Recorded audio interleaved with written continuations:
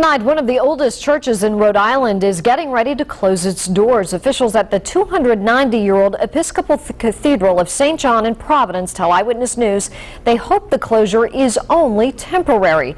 Eyewitness News reporter Nicole Estefan is in our newsroom with the new details.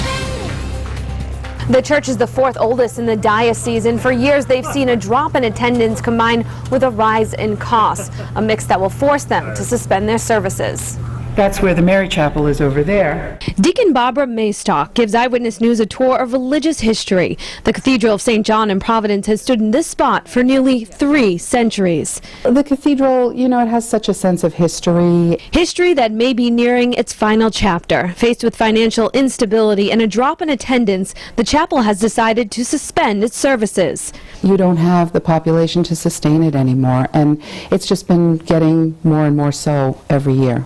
Deacon Maystock tells us the budget to support this church is just over $400,000 a year.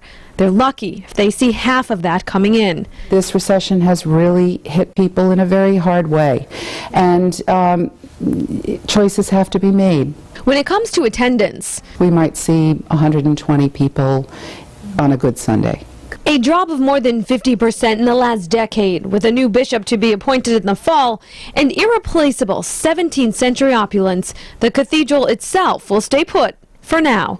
Perhaps there'll come a time when they can use the cathedral in a different way. But the family of parishioners who have flocked here to worship for years are heartbroken at the news delivered at last Sunday's service. Leaving here is going to be very sad, but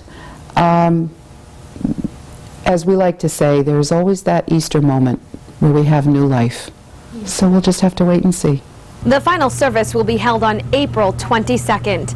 In the newsroom, Nicole Estefan, Eyewitness News.